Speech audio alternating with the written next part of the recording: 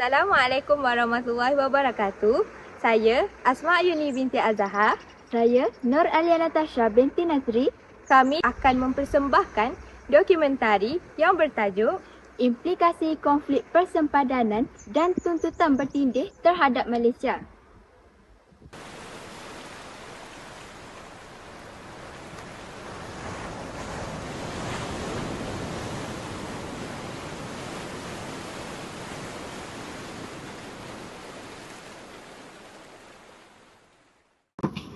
Di atas peta dunia, sempadan dilakar sebagai garis halus.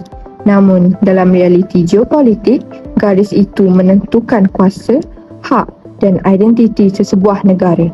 Garis yang kelihatan tipis itu sebenarnya memisahkan kedaulatan, menentukan hak eksploitasi sumber alam dan menjadi asas kepada keselamatan nasional. Sempadan bukan sekadar pemisah fizikal antara dua wilayah, ia menentukan siapa yang berdaulat, siapa yang berhak mengurus hasil bumi dan sumber marin, serta siapa yang bertanggungjawab menjaga keselamatan perairan dan ruang udara. Dalam dunia moden yang saling bergantung, setiap inci wilayah membawa nilai strategik yang amat besar.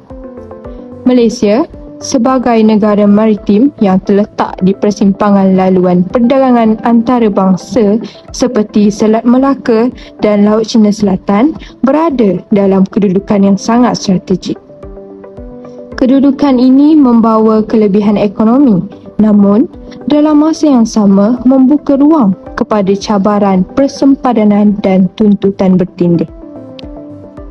Konflik persempadanan bukan sekadar isu teknikal mengenai koordinat dan peta lama. Ia melibatkan tafsiran sejarah, dokumen perjanjian kolonial, prinsip undang-undang antarabangsa serta kepentingan geopolitik serantau. Setiap pertikaian membawa implikasi terhadap kestabilan hubungan diplomatik, keyakinan pelabur dan persepsi antarabangsa terhadap kedaulatan negara. Tiga lokasi sering menjadi simbol kepada cabaran ini: Pulau Batu Putih, Pulau Sipadan dan Pulau Layang-Layang. Tiga pulau, tiga pertikaian, namun setiap satunya mempunyai latar sejarah, pendekatan penyelesaian dan implikasi yang berbeza terhadap Malaysia. Tiga pulau ini memperlihatkan tiga dimensi cabaran: perundangan antarabangsa, diplomasi dua hala dan persaingan geopolitik serantau. Konflik persempadanan tidak hanya berakhir dengan keputusan mahkamah atau rundingan diplomatik. Ia meninggalkan kesan terhadap strategi pertahanan negara, pengurusan sumber maritim serta keyakinan rakyat terhadap keutuhan kedaulatan. Dalam era globalisasi, kekuatan sesebuah negara bukan hanya diukur melalui ketenteraan, tetapi juga kebijaksanaan, diplomasi dan keupayaan mengurus pertikaian secara aman tanpa mengorbankan prinsip. apabila kita berbicara tentang konflik persempadanan, ia bukan sekadar siapa yang menang atau siapa yang kalah. Persoalannya ialah, apakah implikasi jangka panjang terhadap keselamatan, ekonomi dan maruah negara?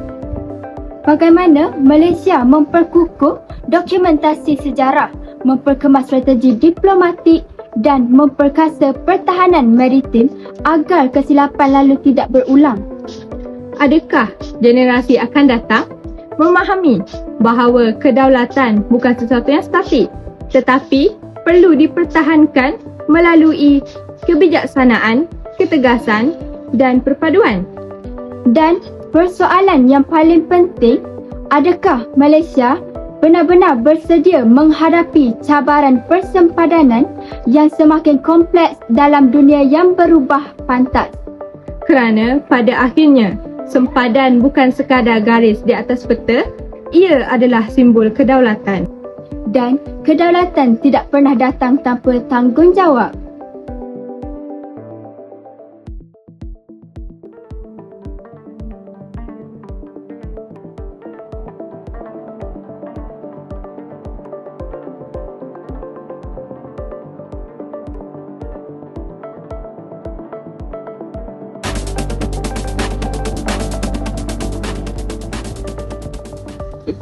Pulau Batu Putih, sebuah pulau kecil berbatu yang kelihatan tidak signifikan pada pandangan pertama, sebenarnya terletak di pintu masuk Selat Johor. Laluan air menjadi nadi perdagangan dunia sejak berabad lamanya. Kedudukannya yang strategik menjadikan pulau ini penting bukan sahaja dari sudut keselamatan maritim tetapi juga dalam konteks ekonomi kerana pengawalan laluan ini memberi kelebihan terhadap pergerakan kapal perdagangan antarabangsa. Pertikaian antara Malaysia dan Singapura bukan sekadar isu tanah atau batuan semata-mata. Ia berpunca daripada tafsiran sejarah, pentadbiran rumah api Hotspur dan dokumentasi pentadbiran kolonial yang kadangkala saling bercanggah. Setiap surat rasmi, catatan peta dan tindakan pentadbiran terdahulu menjadi bahan bukti yang diteliti secara mendalam. Pada tahun 2008, Mahkamah Keadilan Antarabangsa membuat keputusan bahawa Batu Putih adalah milik Singapura. Keputusan ini menegaskan bahawa pertikaian kedaulatan tidak diukur berdasarkan saiz fizikal kawasan semata-mata. Pulau ini mungkin kecil, tetapi impaknya terhadap undang-undang antarabangsa, diplomasi serantau dan persepsi rakyat adalah besar. Mahkamah meneliti dengan teliti tindakan pentadbiran lampau termasuk surat rasmi tahun 1953 yang dianggap sebagai pengakuan tidak langsung bahawa Johor tidak menuntut pulau tersebut. Dalam undang-undang antarabangsa, tindakan dan kenyataan rasmi walaupun kecil atau tersirat membawa implikasi jangka panjang. Diam atau kegagalan mempertahankan tuntutan kedaulatan boleh ditafsirkan sebagai persetujuan. Sebuah pengajaran penting bagi setiap negara yang ingin menjaga haknya. Kes ini juga menyoroti kepentingan rekod sejarah yang lengkap dan konsisten. Ia menunjukkan bahawa pertahanan kedaulatan bukan sekadar soal kekuatan ketenteraan tetapi memerlukan ketelitian dalam dokumentasi, pemahaman sejarah dan kesediaan untuk mengambil tindakan diplomatik tepat pada masanya. Implikasi keputusan ini melangkaui sempadan fizikal. Ia mempengaruhi persepsi rakyat terhadap kedaulatan negara, hubungan diplomatik Malaysia-Singapura serta kawalan terhadap perairan strategik yang menjadi tulang belakang keselamatan maritim. Batu Putih adalah peringatan bahawa dalam diplomasi dan kedaulatan, setiap dokumen, surat dan tindakan pentadbiran boleh menjadi penentu nasib negara di arena antarabangsa. Kes Batu Putih mengajar kita bahawa mempertahankan kedaulatan tidak semestinya tentang memiliki tentera yang kuat atau mengawal tanah luas. Ia adalah tentang kejelian, kesedaran sejarah dan pengurusan dokumentasi dengan cermat. Setiap tindakan yang kita ambil atau sebaliknya yang kita abaikan boleh memberi kesan jangka panjang terhadap kedaulatan negara.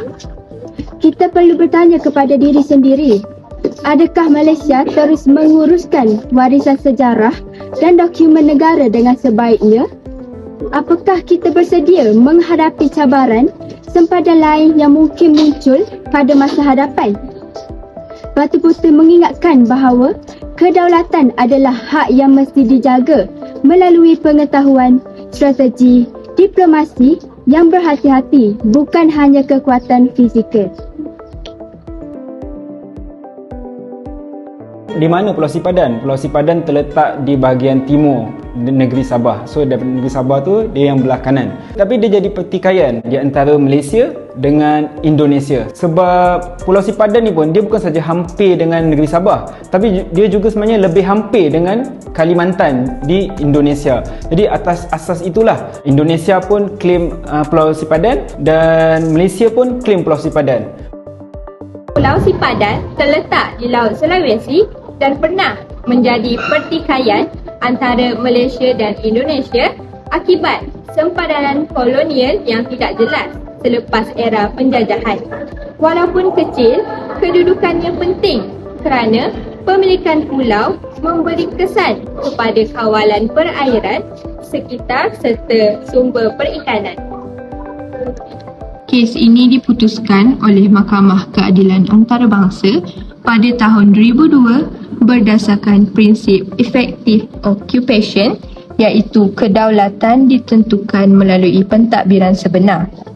Malaysia berjaya membuktikan kewujudan aktiviti pentadbiran berterusan seperti pengurusan konservasi penyu dan kawalan rasmi sejak awal abad ke-20. Keputusan ini menegaskan bahawa tindakan nyata negara lebih penting daripada tuntutan sejarah semata-mata. Selepas kemenangan tersebut, Sipadan berkembang menjadi destinasi selam bertaraf dunia yang menyumbang kepada ekonomi Sabah. Namun, kerajaan menghadkan jumlah pelawat bagi melindungi ekosistem marin, menunjukkan bahawa kedaulatan turut membawa tanggungjawab pengurusan sumber secara lestari. Kemenangan undang-undang tidak menamatkan cabaran. Kedudukan Sipadan berhampiran kawasan konflik rentas sempadan menyebabkan ancaman penculikan dan penyeludupan. Malaysia menubuhkan Zon Keselamatan ESS Zone untuk memperkukuh randaan dan pengawasan maritim bagi melindungi penduduk serta industri berlanchungan. Kisah Sipadan membuktikan bahawa memperoleh kedaulatan hanyalah langkah pertama. Cabaran yang sebenar ialah mengekalkan keselamatan, memelihara alam sekitar dan memastikan wilayah tersebut mampu memberi manfaat ekonomi secara berterusan kepada negara. Pulau Layang-Layang, sebuah kapal reef yang strategik di tengah Kepulauan Spratly, menjadi simbol penting kehadiran Malaysia di Laut Cina Selatan. Kawasan ini turut dituntut oleh beberapa negara termasuk China, Vietnam dan Filipina.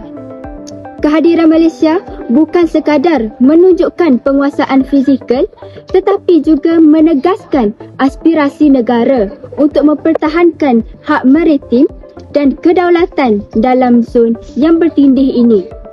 Aktiviti di pulau ini termasuk pemantauan keselamatan dan pembangunan infrastruktur asas menunjukkan komitmen berterusan Malaysia dalam memastikan kawasan ini tidak terabai.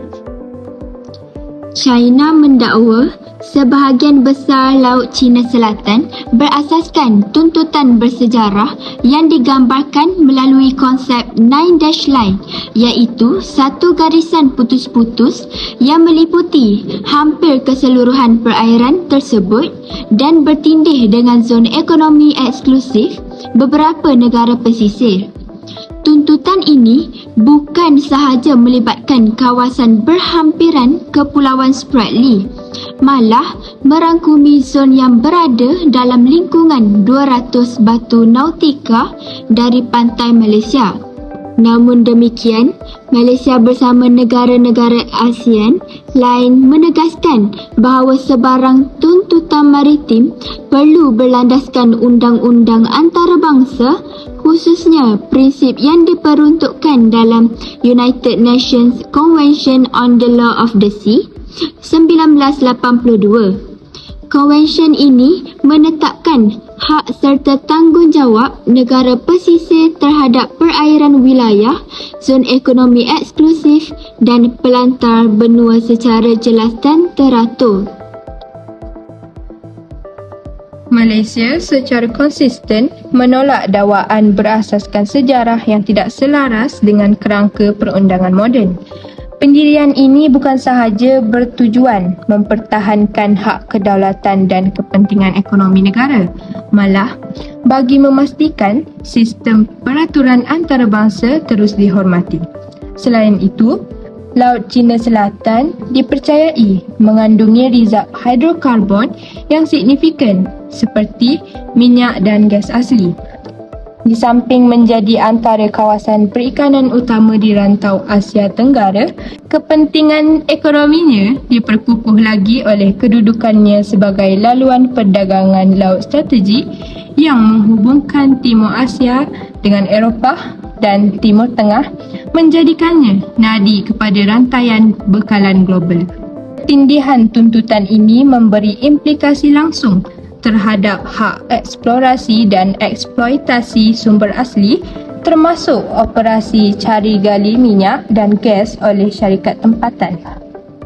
Dalam masa yang sama, ia turut meningkatkan risiko ketegangan keselamatan maritim seperti kehadiran kapal pengawal pantai asing, rondaan ketenteraan dan insiden pencerobohan perairan. Oleh itu, isu ini bukan sekadar pertikaian wilayah, tetapi juga melibatkan dimensi ekonomi, keselamatan dan kestabilan geopolitik serantau. Malaysia menegaskan bahawa sebarang penyelesaian harus dicapai melalui dialog, rundingan dan penghormatan terhadap undang-undang antarabangsa demi mengekalkan keamanan dan kestabilan Laut Cina Selatan. Malaysia mengamalkan dasar diplomasi yang sederhana dan berhati-hati. Kita mengekalkan kehadiran fizikal di kawasan ini, namun sentiasa mengelakkan sebarang tindakan konfrontasi yang boleh menimbulkan ketegangan. Dasar ini bukan sahaja penting untuk melindungi kepentingan maritim negara, tetapi juga memastikan hubungan serantau dengan rakan-rakan ASEAN dan kuasa global tetap harmoni dan stabil. Pendekatan ini menekankan keseimbangan antara mempertahankan kedaulatan dengan mengekalkan kerjasama diplomatik di rantau yang kompleks ini. Tiga kes ini menyampaikan pelbagai pengajaran penting kepada Malaysia dalam menguruskan isu kedaulatan negara. Kes Pulau Batu Putih menunjukkan betapa kritikalnya dokumentasi rasmi, rekod pentadbiran dan konsistensi pendirian kerajaan dalam mempertahankan tuntutan wilayah. Dalam pertikaian antarabangsa, bukti bertulis seperti surat menyurat dan tindakan rasmi boleh menjadi penentu kepada keputusan mahkamah. Kes ini mengingatkan bahawa pengurusan arsip negara dan kejelasan dasar luar merupakan aset strategik negara. Manakala, kes Pulau Sipadan pula menegaskan kepentingan pentadbiran berterusan atau efektivitas. Malaysia berjaya membuktikan kawalan efektif melalui aktiviti pemuliharaan, penguatkuasaan dan kehadiran pentadbiran yang konsisten. Ia menunjukkan bahawa kedaulatan bukan sekadar dakwaan sejarah tetapi perlu dizahirkan melalui tindakan nyata dan berpanjangan. Sementara itu, Pulau Layang-Layang mencerminkan cabaran geostrategik moden yang lebih kompleks. Kedudukannya dalam kawasan Laut Cina Selatan yang dipertikaikan melibatkan banyak negara serta kepentingan kuasa besar. Isu ini bukan sahaja berkaitan undang-undang tetapi juga keseimbangan kuasa, keselamatan maritim dan kepentingan ekonomi. Justeru, Malaysia perlu menggabungkan diplomasi, undang-undang antarabangsa dan kesiapsiagaan pertahanan dalam menghadapi cabaran ini. Implikasi konflik persempadanan melampaui persoalan geografi semata-mata. Dari sudut politik, ia memberi kesan langsung kepada kepercayaan rakyat terhadap kerajaan. Isu kedaulatan sering dikaitkan dengan maruah negara dan ketegasan kepimpinan. Setiap keputusan atau tindakan dalam mempertahankan wilayah akan dinilai oleh rakyat dan boleh mempengaruhi kestabilan politik domestik. Dari sudut ekonomi, kawasan yang dipertikaikan lazimnya mempunyai nilai strategik sama ada dari segi sumber petroleum, perikanan maupun pelancongan. Ketidakpastian sempadan boleh menjejaskan pelaburan, eksplorasi sumber serta keselamatan laluan perdagangan. Bagi negara seperti Malaysia yang bergantung kepada perdagangan maritim, kestabilan sempadan laut amat penting untuk menjamin kelangsungan pertumbuhan ekonomi.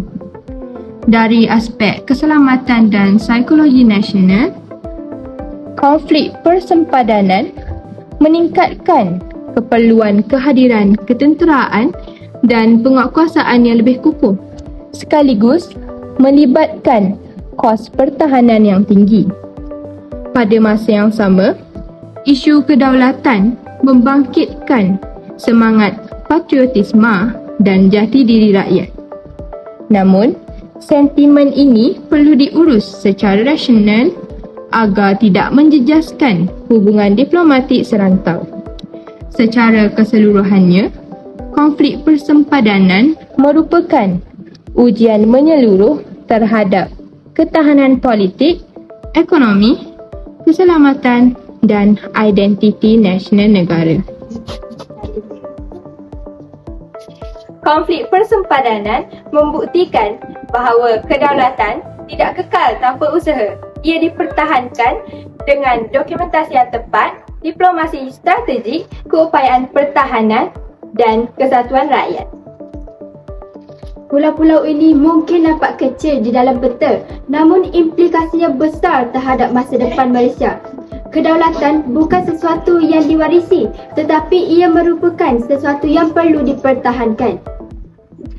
Itu saja daripada kami. Sekian, terima kasih.